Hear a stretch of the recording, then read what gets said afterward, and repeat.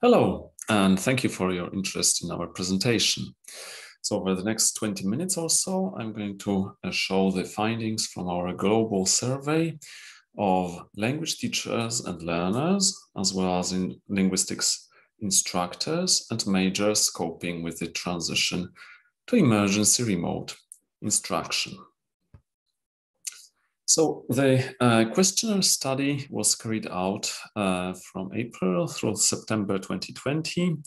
We managed to reach over 6,000 participants from 118 countries, language teachers and learners, as well as linguistics instructors and linguistics students.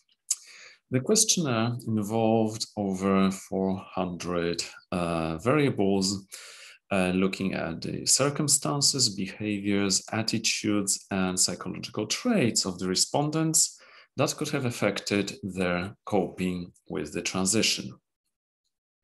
Here's a brief breakdown of the cohort, and you can see that it's also split into information about those who filled out the English language version of the questionnaire. That was the majority of the respondents, and those who filled out the Polish language version, since we are based in Poland.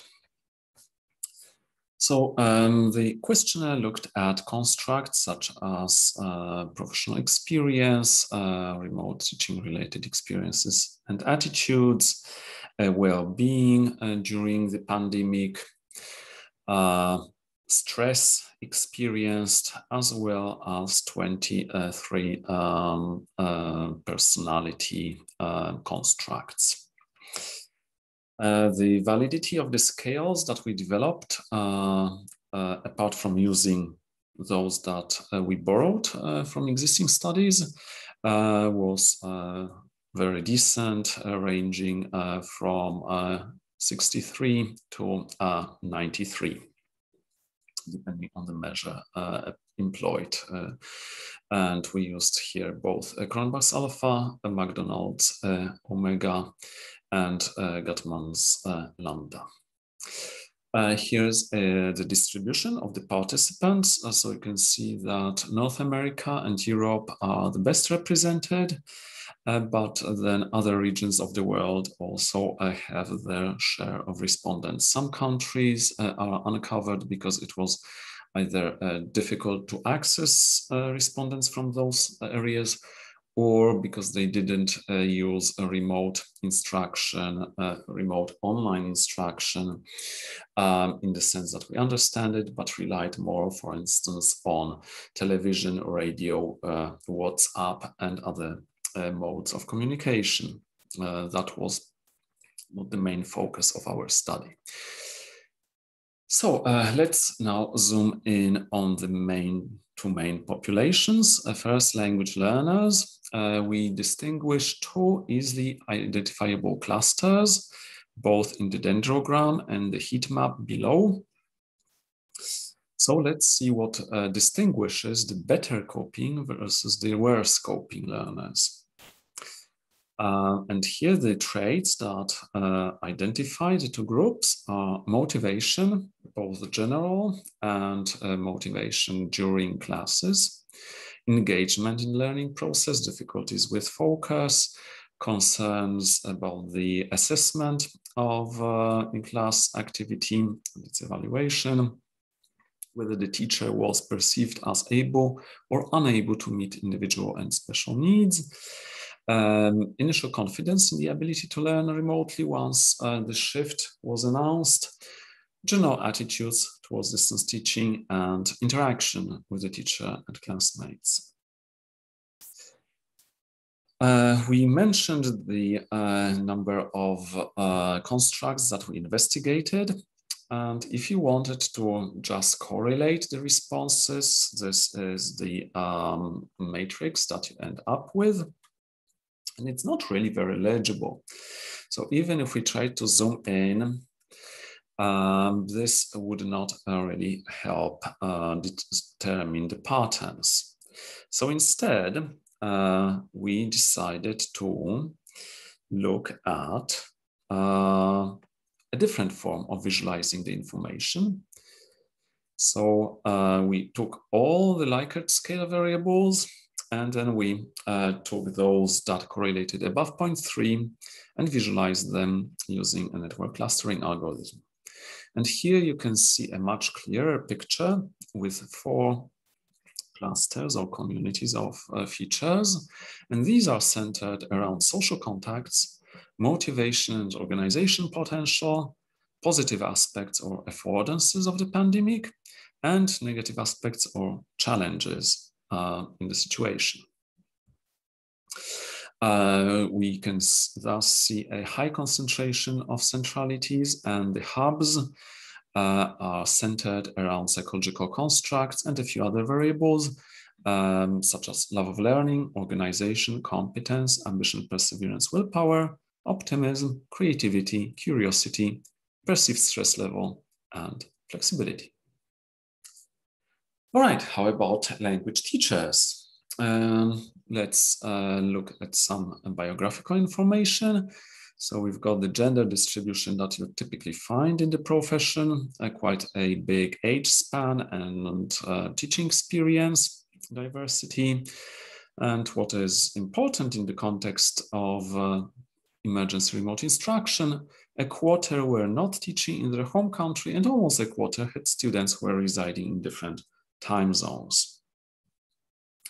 In terms of the schools represented, there is quite a variety here, both concerning the level of education taught and the finding of the stakeholders in the school. Now, the language levels taught are distributed as in most language schools out there, in that the number of classes and learners begin to diminish once you reach the intermediate and upper intermediate levels, and then starts going consecutively down with that. Importantly, when we asked the respondents about their perceived assessment of their learners' progress in the foreign or second language, on average, they thought that the learners' progress was depleted by around 64% compared with face-to-face classes. So this means that an average teacher in our sample thought that the learners made only 36% of the progress that they would have made in a face-to-face scenario. And the concern concerning learning outcomes was the highest in beginner level classes. The teaching methods that were employed ranged from synchronous to different types of asynchronous classes.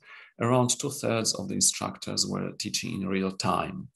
And of course, here the categories do not tally up to 100 because several teachers could be using more than one approach in their courses. Again, as previously, we split the teachers into the better and the worse coping cluster. And here the identifying traits are a bit different. So those that distinguish the two groups are preparedness level and support received, effectiveness and engagement in using digital technologies, perception of students coping, logistic problems, and general positive orientation. Let's zoom in onto that. So the better coping teachers usually, or for the most part, taught at higher levels of education. And almost all of them were teaching in real time. Most of them found their classes to be equally efficient, and they were generally considering themselves as well prepared and supported. They were satisfied with the LMS systems. They found that the students were coping well, and they maintained overall positive work and life attitudes. In contrast, the worse coping teachers were, for the most part, teaching at lower levels of education. Only 1/3 of them were teaching synchronously. And most of them thought that the new mode of instruction was less efficient, and they found themselves less productive. Also, a much lower share in that group were displaying positive attitudes in the situation. Looking at teacher engagement, we identified predictors such as scoping, course mode, synchronous, asynchronous, the education level handled. The higher up you go, the better. Also, interestingly, teachers from developing countries were more engaged than teachers from developed countries. And there is also here an effect of prior remote teaching experience and also of gender. Male teachers were somewhat more engaged than female teachers. We also looked at what we might identify as vulnerabilities, disparities across the teacher population, and how these affected teachers' psychological overload. So the factors that were influential were anxiety about the future. These could mean job, financial stability, but also the future of the community. Situational coping, perception of how the students were doing, age, access to resources, relative appraisal of the situational impact. So whether the teachers thought that they were more affected than the students, or whether they thought that the students were more affected than the teachers, or both groups equally. And the education level handled, and family support. Gender no longer played a role here. Student coping appears systematically throughout the study, so we looked at what influences that. And here we see a number of factors, from uncertainty about how to evaluate students and their activity, the level of instructional adjustment performed by the teachers, perceived effectiveness of the new mode, educational stage handled, ensure confidence in the ability to teach remotely once the decision was announced that this was what was going to happen, expectations towards the students, attitudes, whether they were supportive or reassuring, and a sense of competence. We mentioned concerns about learning outcomes. And here the factors influencing that the most were the challenges that the students were facing, prior experience with remote teaching, technological challenges, and as I mentioned, the level of proficiency. Specifically, A1 level teachers were most concerned about how their students were going to progress. The other stages didn't register differences. Now, let's look once again at perception of student coping, because this actually seems to be a factor that mediates several of the other influences. So if we take perception of student coping not as an independent variable, but as a mediator, it is able to explain a lot more in the models. For instance, if we look at what predicts psychological overload. Again, as before, we looked at the correlations of traits among the instructors and what correlated with what. And here we can identify 4 clusters in the central giant component, that's the top left. And these are centered around self-regulation, engagement and openness, positive orientation and social skills and contacts. Importantly, what you can see if you zoom in on those clusters is that some of the constructs are broken up across clusters. For instance, leadership appears both in the bluish and in the orange cluster.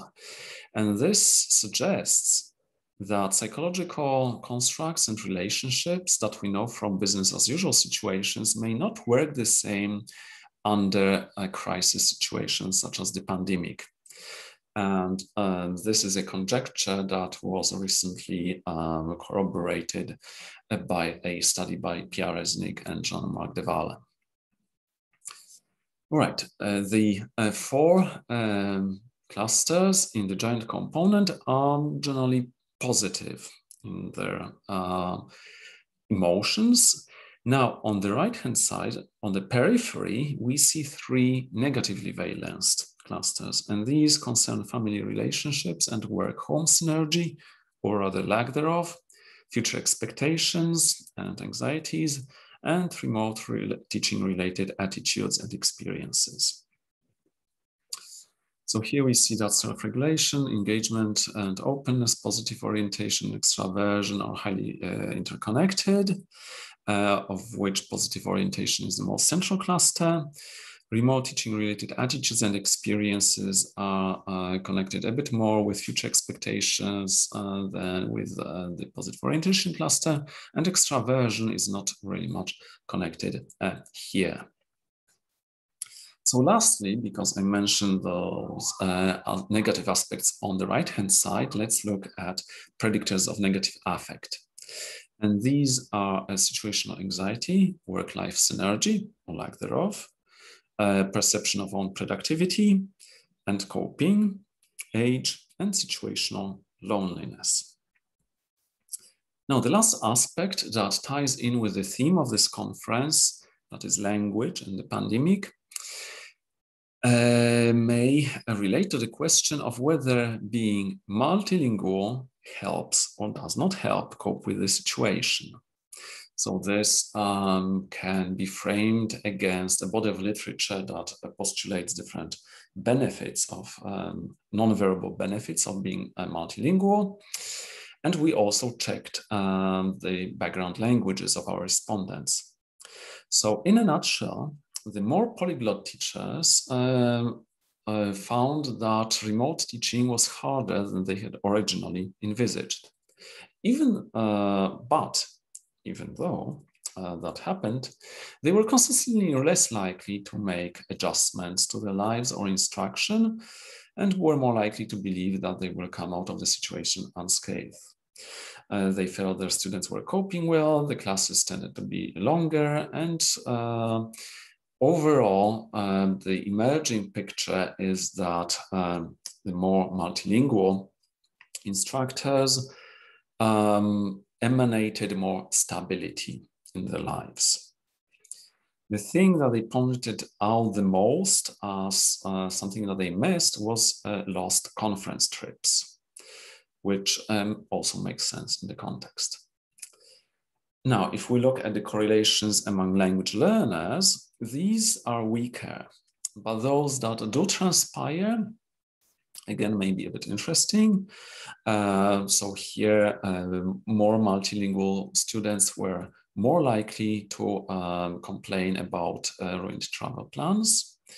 They were also missing social contacts more than students who spoke fewer languages and at lower levels of competence. But still, they felt that the situation was not the worst, that they were doing fairly well in class, and that they had been through crisis before. We also looked at the correlations of multilingualism and personality traits. And here, those that emerge are love of learning, perseverance and self-discipline, creativity and curiosity, flexibility, and competence. So those are the main findings from our study. If you're interested in reading up and more about that, the first 6 papers from the project are available from the Academia and ResearchGate profiles, as well as the project link.